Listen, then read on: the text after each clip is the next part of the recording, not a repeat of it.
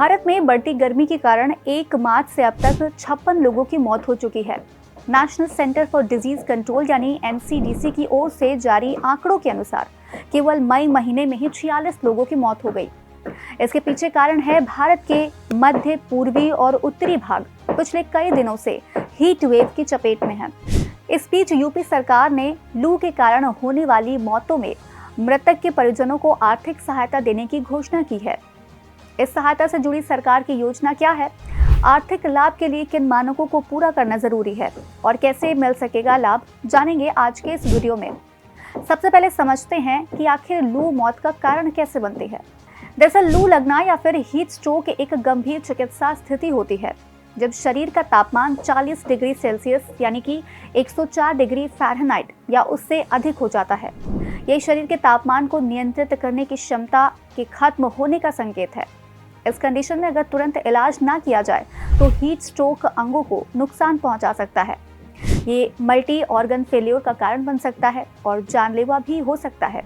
इसके कारण मस्तिष्क क्षति, अंगों की विफलता, पसीने से शरीर में पानी और इलेक्ट्रोलाइट्स की कमी के साथ दिल का दौरा पड़ने का खतरा रहता है। इस खतरे को कम करने के लिए बचाव के तौर पर कई उपाय भी हैं, जैसे कि गर्म मौसम में अधिक से अधिक तरल पदार्थ पिए, ढीले हल्के रंगों के कपड़े पहने, सीधी धूप से बचें, खासकर दिन के सबसे गर्म समय में, नियमित व्यायाम करें लेकिन बहुत अधिक गर्मी में व्यायाम करने से बचें। यदि आप किसी ऐसी दवा का सेवन कर रहे हैं जो आपको हीट स्ट्रोक के प्रति अधिक संवेदनशील बनाती है तो अपने डॉक्टर से इस बारे में ज़रूर बात करें।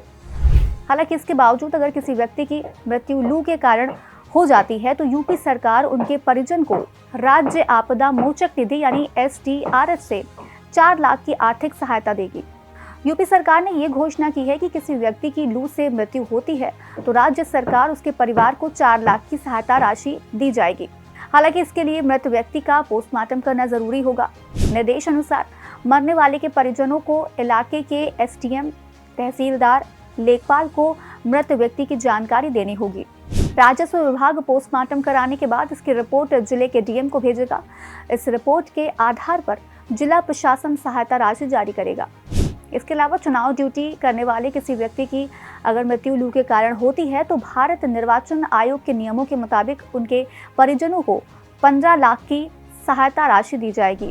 अब राज्य आपदा मोचक निधि यानी स्टेट डिजास्टर रिलीफ फंड की अगर बात करें तो असल में ये भारत सरकार और राज्य सरकारों द्वारा आपदाओं के प्रभाव से निपटने के लिए स्थापित एक निधि है।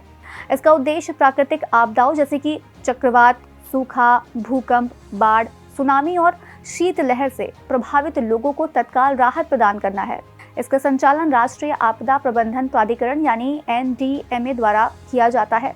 इसमें सामान्य श्रेणी के राज्यों और संघ शासित प्रदेशों के लिए 75% और विशेष श्रेणी के राज्यों और संघ शासित प्रदेशों यानी कि पूर्वोत्तर राज्यों, सिक्किम, उत्तराखंड, हिमाचल प्रदेश, जम्मू और कश्मीर के लिए 90% केंद्र सरकार का होता है। इसके अलावा राज्य सरकार बचा 25% या फिर 10% योगदान देती है। तो बस आज कार्यक्रम में इतना ही और अब बारी है आज के सवाल की। आपको कमेंट करके बताना है कि राष्ट्रीय आपदा प्रबंधन प्राधिकरण का गठन कब किया गया था। हम फिर मिलेंगे एक नए कार्यक्रम के साथ, तब तक के लिए हमें दीजिए इजाजत। नमस्कार।